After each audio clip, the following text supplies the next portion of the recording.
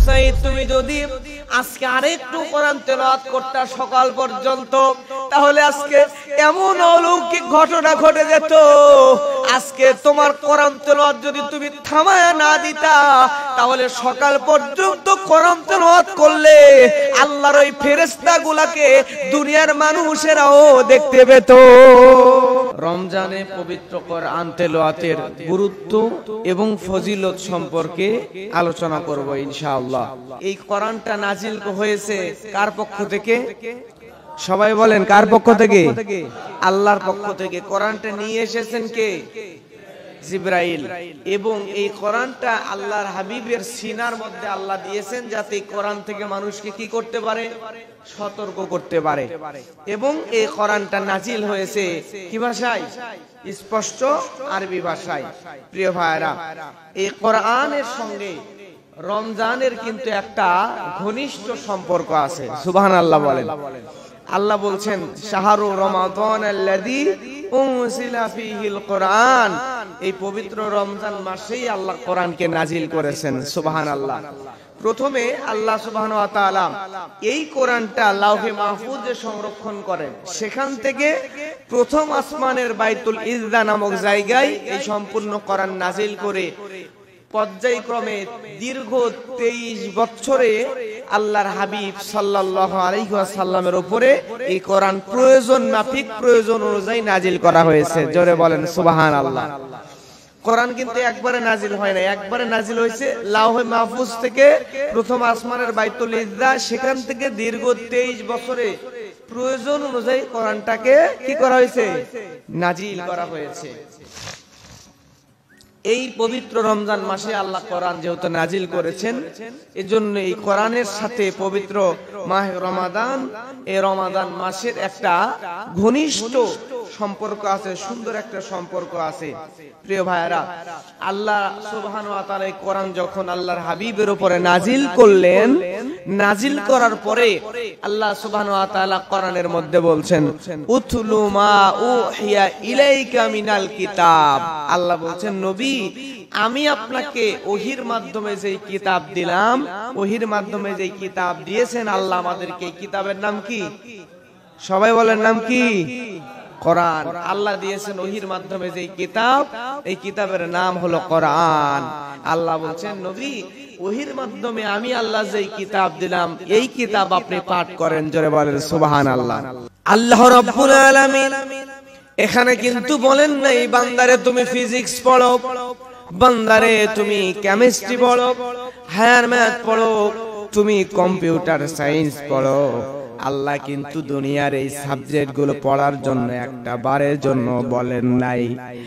আল্লাহ বললেন, বান্দা উতলু মা উহিয়া ইলাইকা মিনাল কিতাব, বান্দারে তুমি কোরআন পড়ো। কিন্তু আমরা দুনিয়ার মানুষরা দুনিয়ার এই সমস্ত সাবজেক্ট গুলো নিয়ে পড়ে আছি যেগুলো আল্লাহ পড়তে বলেন নাই, কিন্তু আল্লাহ ওহির মাধ্যমে দেওয়া যেই কোরআন আমাদেরকে পড়তে বললেন, ওই কোরআন পড়া তো দূরে থাক, অনেকে এখন পর্যন্ত এই কোরআন তেলাওয়াত করা শিখি না পর্যন্ত। কথা বলেন ঠিক কিনা? আল্লাহ কোরআন পড়তে বললেন, কিন্তু কোরআন পড়া তো দূরে থাক, কোরআন শিখিও নাই পর্যন্ত। আর এই কোরআন যারা শিখেছেন, যারা জানেন না এখনো, প্রিয় ভাইরা, এই কোরআন খুব জরুরি। আজকের আলোচনা সম্পূর্ণ শুনলেই বুঝবেন কোরআনটা আমাদের জীবনে কতটা প্রয়োজনীয়, কতটা জরুরি। আমরা আমাদের সন্তানদেরকে হাফেজ বানানোর জন্য মাদ্রাসায় দিই।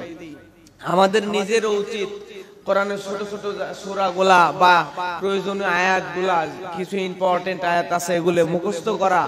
তাও যদি না পারেন, রেগুলার একটু দেখে দেখে হলেও পড়া দরকার। আজকে ক্ষেত খামার, জমি জমা, বাড়ি গাড়ি, ব্যবসা বাণিজ্য, এগুলো নিয়ে আমরা ব্যস্ত। কিন্তু আল্লাহ যে দুনিয়াতে পাঠালেন ইবাদতের জন্য, কোরআন তেলাওয়াত করে বুঝতে হবে, মানতে হবে, আমল করতে হবে।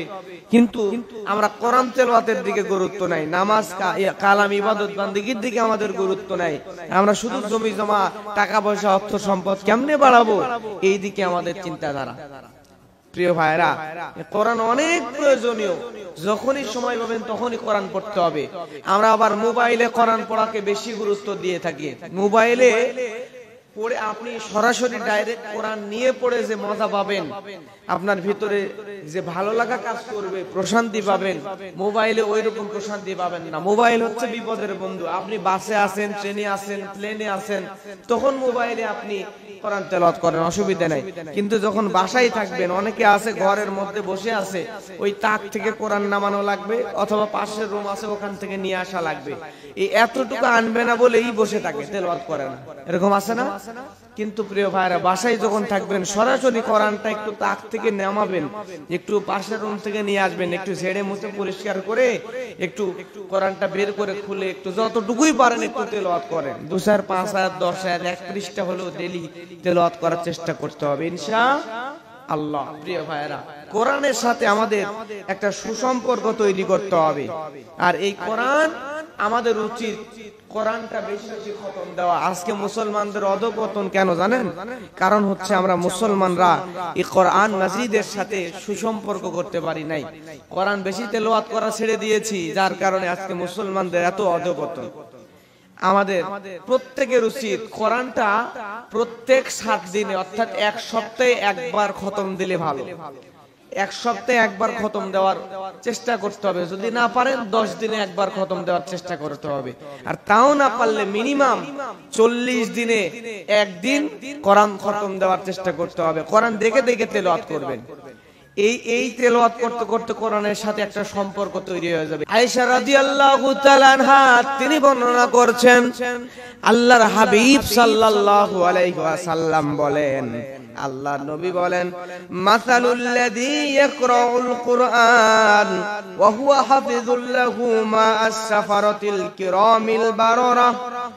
কোরআন যদি কেউ তেলাওয়াত করে, এই কোরআন তেলাওয়াতকারী বান্দা যদি হাফেজ কোরআন হয়, তার মানে যে বান্দা কোরআন তেলাওয়াত করছে সে যদি হাফেজ হয়, কি হয়? সবাই বলেন কি হয়? হাফেজ হয়। যে কোরআন তেলাওয়াত করবে ওই বান্দা যদি হাফেজ হয়, আল্লাহর নবী বলেন, আম্মা আয়েশা বর্ণনা করছেন, তাহলে আল্লাহর দুনিয়াতে আসমানে এমন কিছু ফেরেশতা আছে যেই ফেরেশতাগুলো লেখালেখি করে। আল্লাহর নবী বলেন, ওই লেখক ফেরেশতাদের যেই পরিমাণ সম্মান যদি কোন কোরআন তেলাওয়াতকারী হাফেজ কোরআন হয়, তাহলে ওই লেখক ফেরেশতার সমপরিমাণ সওয়াব সম্মান আল্লাহ আর রাব্বুল আলামিন ওই হাফেজ কোরআনের আমলনামায় দিয়ে দিবে। যে কোরআন তেলাওয়াত করবে সে যদি হাফেজ হয়, তাহলে লেখক ফেরেশতার মতো সম্মান ওই হাফেজ কোরআনকে আল্লাহ দিয়ে দিবেন।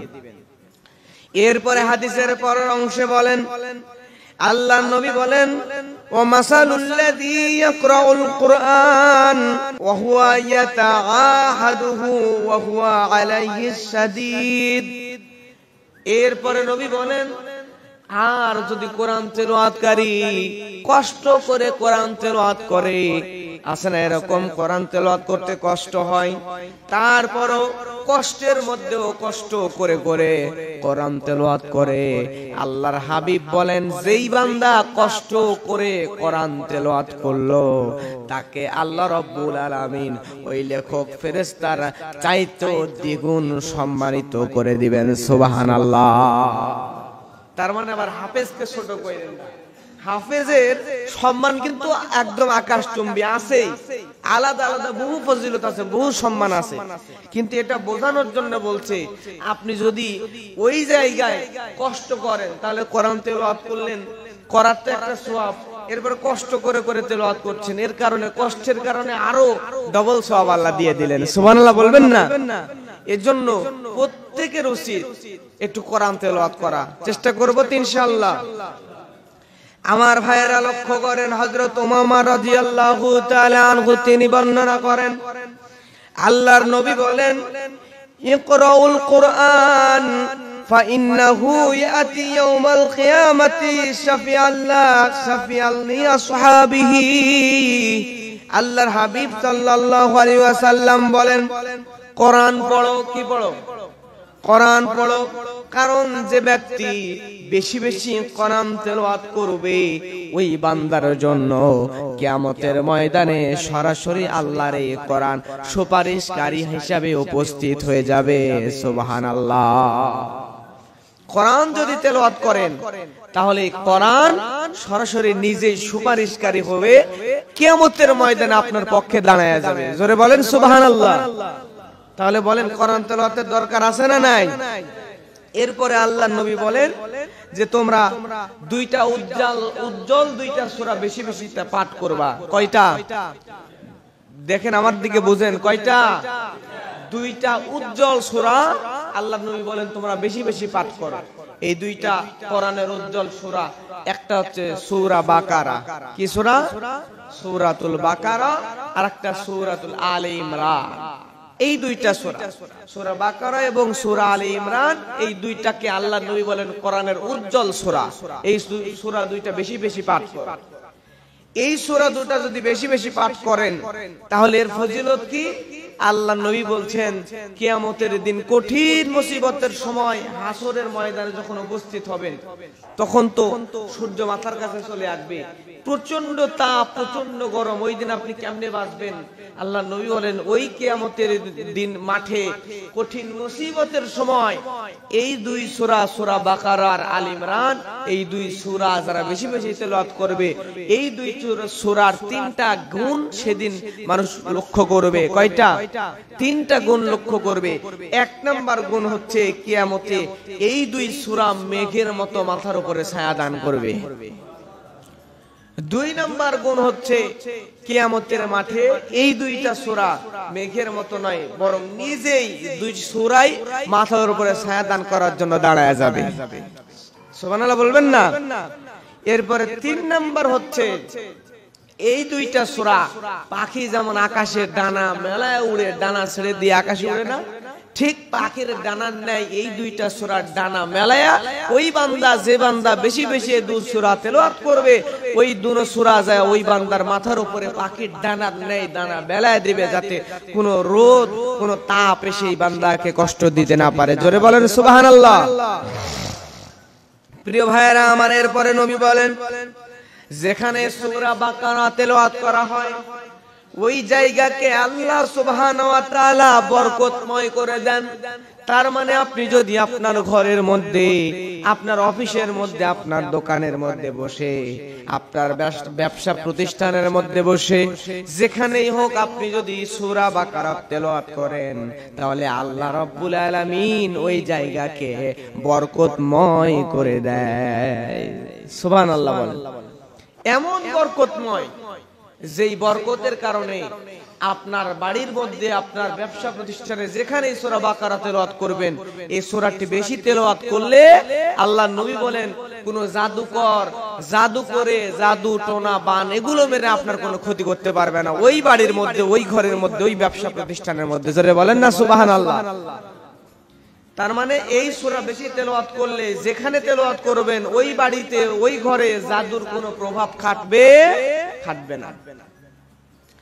প্রিয় ভাইরা আমার, লক্ষ্য করেন, শুধু তাই নয়, আল্লাহর নবী বলেন এই কোরআনে যতগুলো হরফ আছে, আলিফ লাম মিম, আলিফ লাম রা, তা সিন মিম, এরকম করে যতগুলো হরফ আছে, যালিকাল কিতাবু লা রাইবা ফীহি হুদাল লিল মুত্তাকিন, যতগুলো হরফ আছে প্রত্যেকটা হরফের একটা করে নেকি, আর আল্লাহ রাব্বুল আলামিন এই একটা করে নেকিকে 10 গুণ বাড়ায়া একটা হরফের পিছনে আপনাকে 10টা নেকি দান করে দেয়। একটা হরফ, কয়টা হরফ? একটা হরফ। এই একটা হরফের পিছনে আল্লাহ আপনাকে 10 গুণ বাড়ায় একটা নেকিকে 10টা বানায় দেন। তার মানে আপনি যদি শুধু বলেন আলিফ লাম মিম, বলেন আলিফ লাম মিম, এই যে তিনটা হরফ উচ্চারণ করলেন, এই আলিফ লাম মিম বুঝেন আর না বুঝেন, পড়ছেন, মুখ দিয়ে বের হইছে, বিদে আল্লাহ সুবহানাহু ওয়া তাআলা তিনটা হরফে 30টা নেকি আপনার আমলনামায় দিয়ে দিয়েছেন। তাহলে আপনি যদি সূরা ইখলাস, কোন সূরাই জানেন না, সূরা ইখলাস তো সবাই জানেন না, কুল হুয়াল্লাহু আহাদ আল্লাহুস সামাদ লাম ইয়ালিদ ওয়া লাম ইউলাদ ওয়া লাম ইয়াকুল লাহু কুফুয়ান আহাদ এতটুকু জানেন। আপনি যদি এই সূরা ইখলাসটাই প্রতিদিন তেলাওয়াত করেন তাহলে চিন্তা করে দেখেন, আর তো মহান মনীষী যারা ছিলেন তারা তো এই সূরা ইখলাস দিনে 100 বার 200 বার 500 বার তেলাওয়াত করতেন। সুবহানাল্লাহ বলবেন না? কারণ এর আগে তো আলোচনা করেছি, সূরা ইখলাসের তাফসীর করেছিলাম।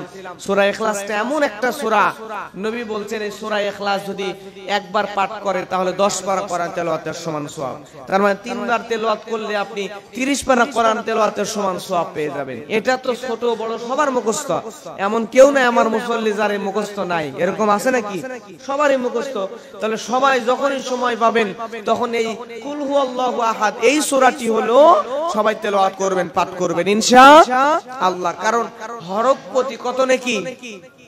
জোরে বলেন কত? হরফ প্রতি 10টা নেকি। সুবহানাল্লাহ, সুবহানাল্লাহি ওয়া বিহামদিহি। প্রিয় ভাইরা, এজন্য এই কোরআন আমরা সবাই পাঠ করার চেষ্টা করব। আর সন্তানদেরকে হাফেজ বানাবেন, আলেম বানাবেন। হাফেজের সম্মান কত বেশি জানেন?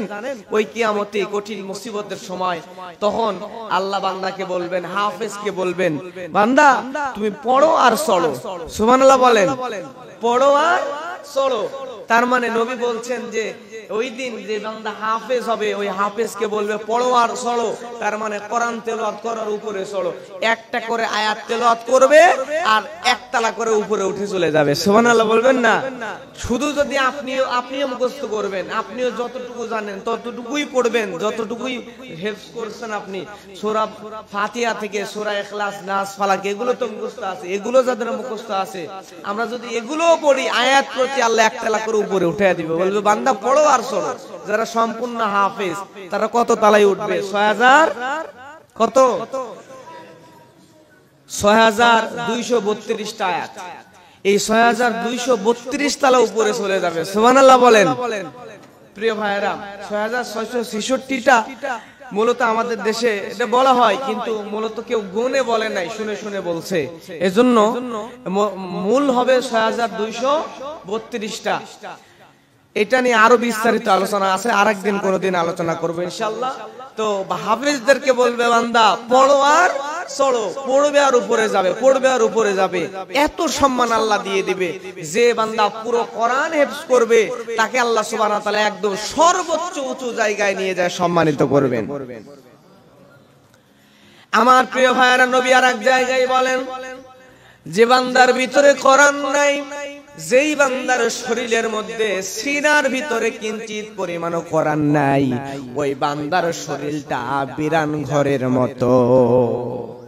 তার মানে বিরান ঘর বলতে নবী বুঝিয়েছেন যেই ঘরের মধ্যে মানুষজন বসবাস করে না, 20 বছর 50 বছর ধরে কোন মানুষ যেই ঘরের মধ্যে যায় না, ওই সমস্ত ঘরের মধ্যে বাড়ির মধ্যে কিন্তু জিন ভূত বাস করে। কথা বলেন ঠিক কিনা? বিরান ঘর হয়ে যায়, ময়লা আবর্জনা, বাদুড় বসবাস করে, জিন ভূত বসবাস করে, আমার ভাইয়েরা চামচিকা বসবাস করে। এই সমস্ত জিনিস ভর্তি হয়ে যায়, জিনের ঘর হয়ে যায়, বদজিনের বাড়ি হয়ে যায়।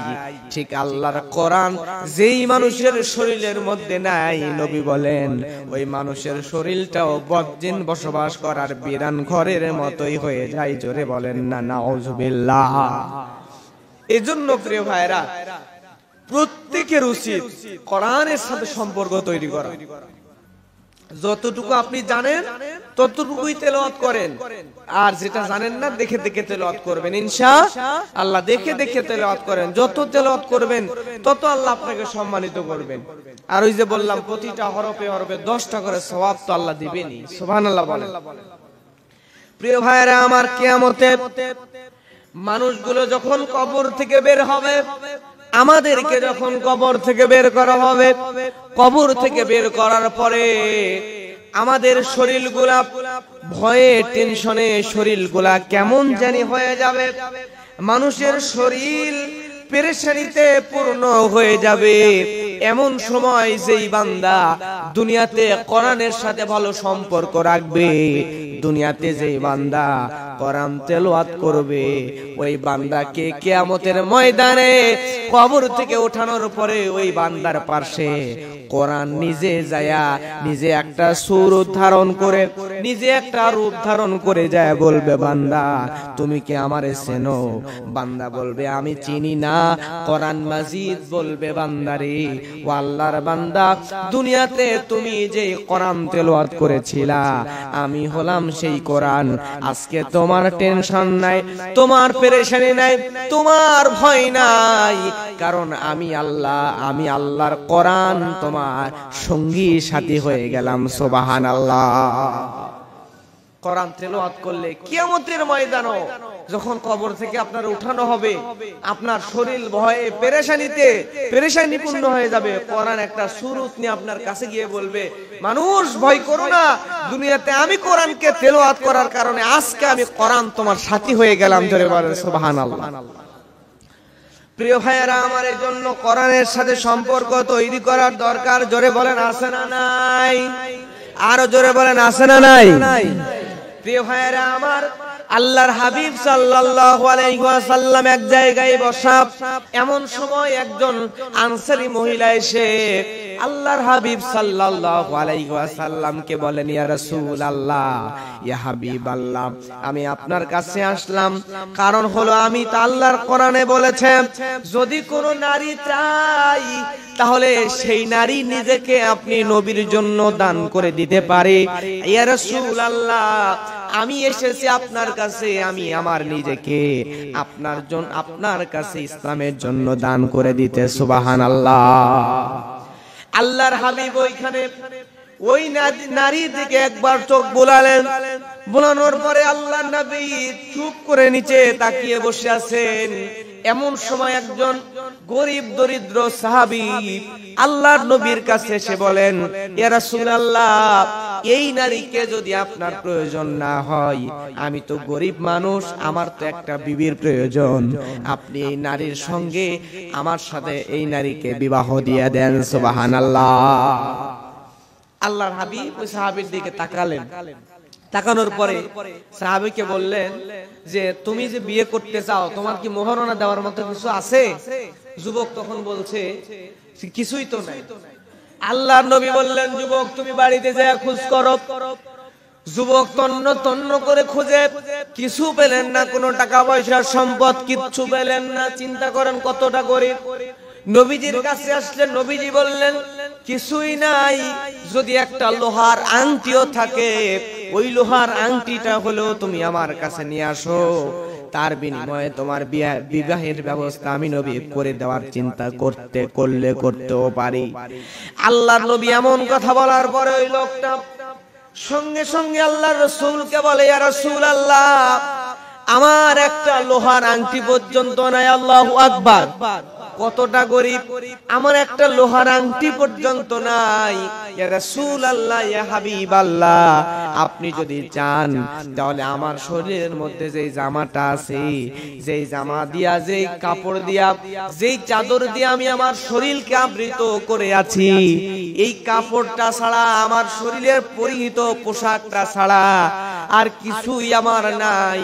আপনি যদি চান তাহলে এই কাপড়টা অর্ধেক আমি কেটে ওই নারীকে মোহরানা হিসাবে দিয়ে দিতে পারি। আল্লাহর নবী বললেন সাহাবী, তুমি যদি তোমার শরীরের এই চাদরটা কেটে অর্ধেক দিয়ে দাও তাহলে তো তোমার শরীরে ঠিক মতো রাখবে না, উপরে ঢাকলে নিচে ঢাকতে পারবে না, নিচে ঢাকলে উপরে ঢাকতে পারবে না, তুমি ইবাদত বান্দাই কেমনে? সুবহানাল্লাহ বলেন। এইবারে তুমি যদি এই কাপড় ওই নারীকে দাও তাহলে ওই নারীও তো তোমার কাপড় নিয়ে তেমন কিছু করতে পারবে না, ঠিক না? এটা দিয়ে তেমন কাজে আসবে না। যে কাপড় তোমার শরীরে আবৃত করে আছে এটার অর্ধেক দেওয়ার কি হবে? ওই লোক বললেন ইয়া রাসূলুল্লাহ, আমার শরীরের এই কাপড় ছাড়া আর কোন কাপড় আমার নাই। ইয়া রাসূলুল্লাহ, তাহলে আমি কি করব? আল্লাহর নবী বললেন তুমি কি কোরআন মাজিদের কোন সূরা জানো নাকি?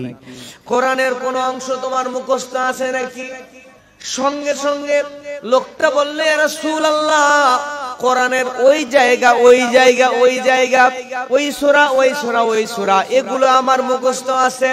নবীজি নারীকে বললেন তোমার কি ওই নও মুসলিম নারীকে, আনসারী সাহাবীকে, মহিলাকে আল্লাহর নবী বললেন তোমার কি কোরআনের এই জায়গা মুখস্থ আছে নাকি? নারী বললেন ইয়া রাসূলুল্লাহ নাই। সঙ্গে সঙ্গে এই লোকটাকে বললেন ও আমার সাহাবী, তুমি এক্ষুনি তোমার কাছে যেই সূরাগুলো আছে, তুমি যেই সূরাগুলো পারো, এই সূরাগুলা এই মহিলাকে তুমি শিখায় দিবা।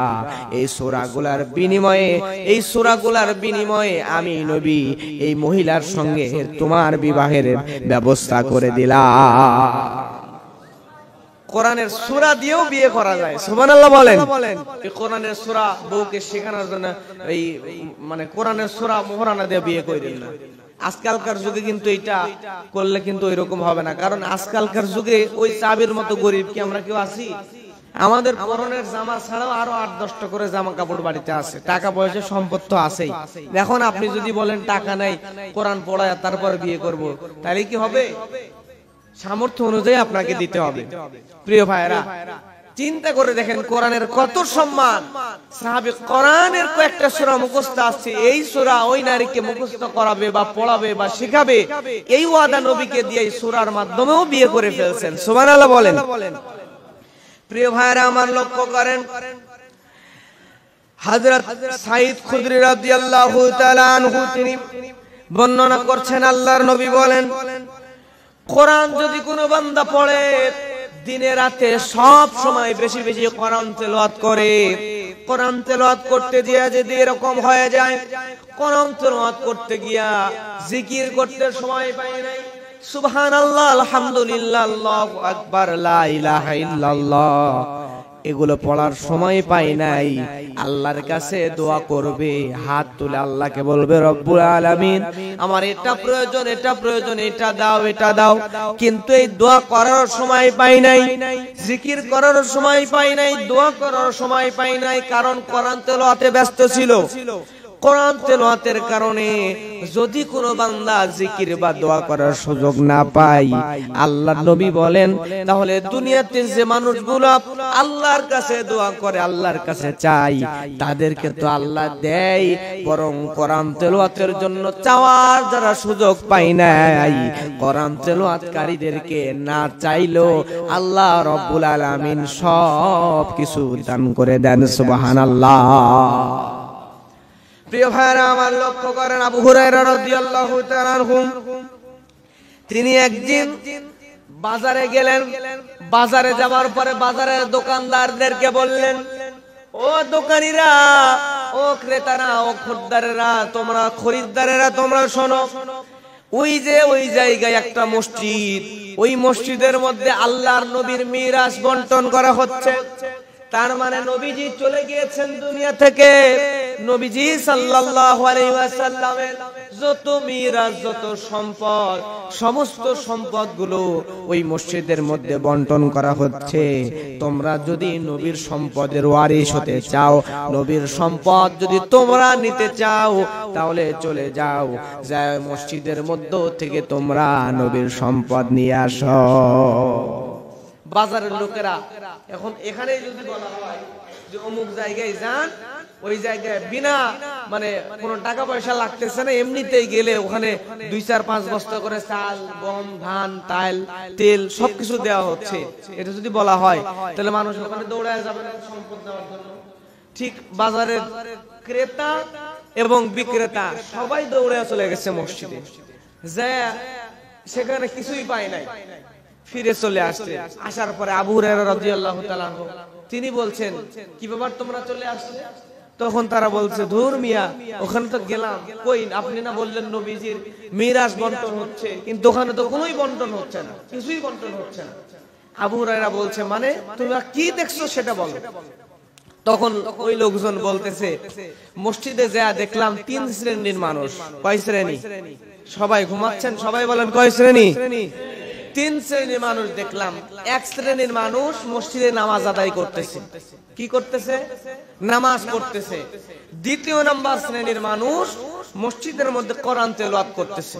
আর তৃতীয় নাম্বার শ্রেণীর মানুষ হালাল এবং হারাম সম্পর্কে মসজিদের মধ্যে আলোচনা করতেছে। কয় শ্রেণী? 3 শ্রেণীর মানুষ দেখলেন। তো ওখানে তো সম্পদ বন্টন হয় না, শুধু এই 3 শ্রেণীর মানুষ দেখে আমরা চলে আসলাম। তখন আবু হুরায়রা বলছেন তোমাদের ধ্বংস হোক, তোমরা কেন ওগুলো নিয়ে আসলে না? আসলে তো নবীজির প্রকৃত মিরাস, নবীজির প্রকৃত সম্পদই হচ্ছে ওই নামাজ, কোরআন আর হালাল হারামের আলোচনা। জোরে বলেন সুবহানাল্লাহ। কিন্তু আজকে আমরা প্রকৃত সম্পদ বুঝি না, কোরআন তেলাওয়াত করি না, নামাজ ঠিকমতো পড়ি না, হালাল হারাম সম্পর্কে আলোচনা করি না, সুদ ঘুষ জেনা ব্যভিচার এই অবৈধ ইনকাম নিয়ে আমরা পড়ে আছি। প্রিয় ভাইরা আমার, উসাইদ ইবনে হুযাইর এই নবীজির এই সাহাবী একদিন রাতের বেলা ঘরের মধ্যে কোরআন তেলাওয়াত করছেন। এমন সময় উসাইদ ইবনে হুযাইর নামক সাহাবী লক্ষ্য করে দেখতেছেন তার বাড়ির মধ্যে তার পাশেই ছোট্ট বাচ্চা ঘুমানো আছে, আর তার ঘোড়া আস্তাবলের মধ্যে ঘোড়াগুলো তার কোরআন তেলাওয়াতের সময় লাফাচ্ছে।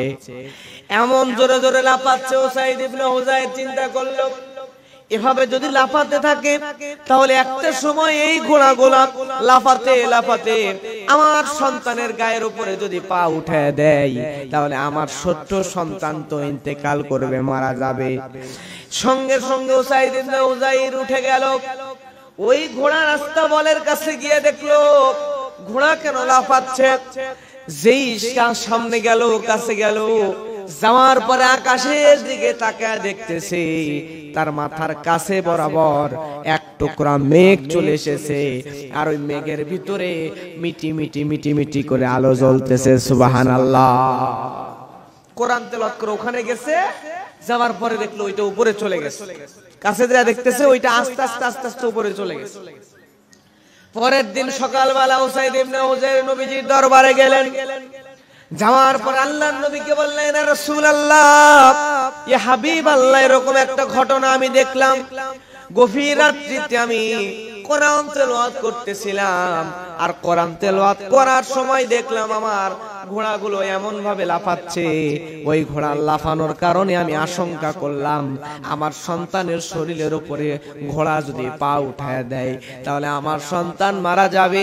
এজন্য আমি দৌড়ায়া চলে গেলাম ঘোড়ার কাছে গেলাম। যাওয়ার পরে দেখলাম আসমানের এক টুকরা মেঘ আমার মাথার কাছে চলে এসেছে, ঘোড়ার আস্তাবলে মাথার কাছে চলে এসেছে, আর ওই মেঘের ভিতরে মিটি মিটি মিটি মিটি করে আলো জ্বলতেছে। জোরে বলেন সুবহানাল্লাহ। নবীজি বললেন, আবার তারপরে কি করলা? তুমি যদি আরেকটু কোরআন তেলাওয়াত করতাম, কোরআন উসাইদ ইবনে হুযাইর, তুমি যদি আরেকটু কোরআন তেলাওয়াত করতাম। নবী বললেন, সঙ্গে সঙ্গে সাহাবী বললেন, রাসূলুল্লাহ, আমি আরো কোরআন তেলাওয়াত করলাম, আবার দেখলাম ঘোড়া লাফাই। এমন করে যত কোরআন তেলাওয়াত করি তত ওই মেঘটা নিচে এসে দাঁড়ায় থাকে, আর মেঘের মধ্যে মিটি মিটি মিটি মিটি করে আলো জ্বলতেছে। ইয়া রাসূলুল্লাহ, আপনি বলেন তো ওই জিনিসগুলা কি ছিল? আমি কাছে গেলাম, কোরআন তেলাওয়াত বন্ধ করলাম, আর আস্তে আস্তে উপরে গিয়া মেঘের মধ্যে হারায় গেল। আল্লাহ নবী বললেন, রে উসাইদ ইবনে হুযাইর, তুমি তোমার মাথার উপরে যে জিনিসগুলো দেখেছো মেঘের মধ্যে ইটিমিটি করে আলো জ্বলতেছে, আসলে ওগুলো সাধারণ কোনো জিনিস না, ওগুলো হলো সাকিনা। আল্লাহর কোরআন তেলাওয়াত করার কারণে আল্লাহ রাব্বুল আলামিন তোমার উপরে সাকিনা বর্ষণ করেছেন। সুবহানাল্লাহ। রে উসাইদ, তুমি যদি আরেকটু কোরআন তেলাওয়াত করতাম, সুবহানাল্লাহ, আরেকটু যদি কোরআন তেলাওয়াত করতাম, মিটি মিটি করে মাথার উপরে একদম তোমার বাড়ির চালের কাছে, ছাদের কাছে মিটি মিটি করে মেঘের মধ্যে যেটা তারাগুলো জ্বলতেছে, আসলে ওগুলো তারা নয়, প্রত্যেকটা মিটি মিটি করা চলা আলোগুলা আল্লাহ সুবহানাহু ওয়া তাআলার ফেরেশতা। উসাইদ, তুমি যদি আজকে আরেকটু কোরআন তেলাওয়াত করতে সকাল পর্যন্ত, তাহলে আজকে এমন অলৌকিক ঘটনা ঘটে যেত। আজকে তোমার কোরআন তেলাওয়াত যদি তুমি থামায়া না দিতা, তাহলে সকাল পর্যন্ত কোরআন তেলাওয়াত করলে আল্লাহর ওই ফেরেশতাগুলোকে দুনিয়ার মানুষেরাও দেখতে পেত। সকাল যদি হয়ে যাইতো তোমার কোরআন তেলাওয়াতের কারণে, এরকম কিন্তু সবার বেলায় হয় না। একনিষ্ঠভাবে কোরআন তেলাওয়াত করলে আল্লাহ সাকিনা বর্ষণ করে।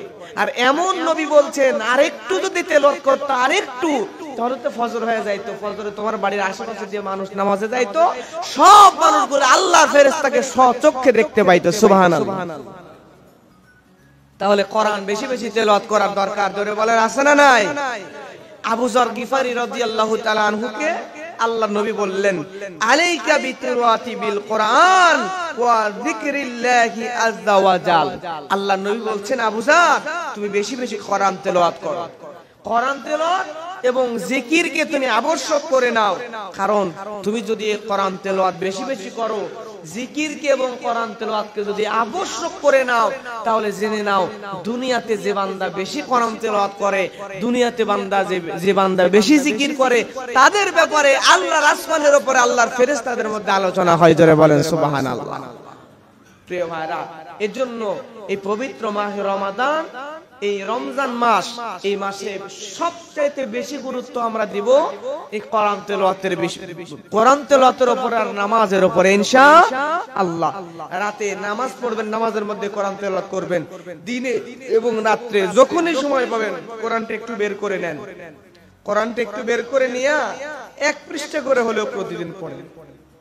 আর যদি পারেন, আমি কয়েক বছর থেকে আলহামদুলিল্লাহ এই রমজান মাস আসতে আমি মিনিমাম সারা বছর 1-2 পৃষ্ঠা 5 পৃষ্ঠা পড়ার চেষ্টা করি।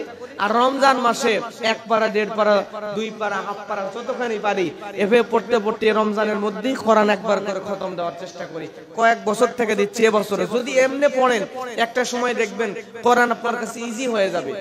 এখন শহরের মসজিদগুলোতে যখন তারাবির সালাত হয়, কোন মসজিদে খতম তারাবি হয়, ওইখানে শুনলেই মজা লাগে যে এইটা তো আমি পড়ছি, এইটা তো আমি পড়ছি।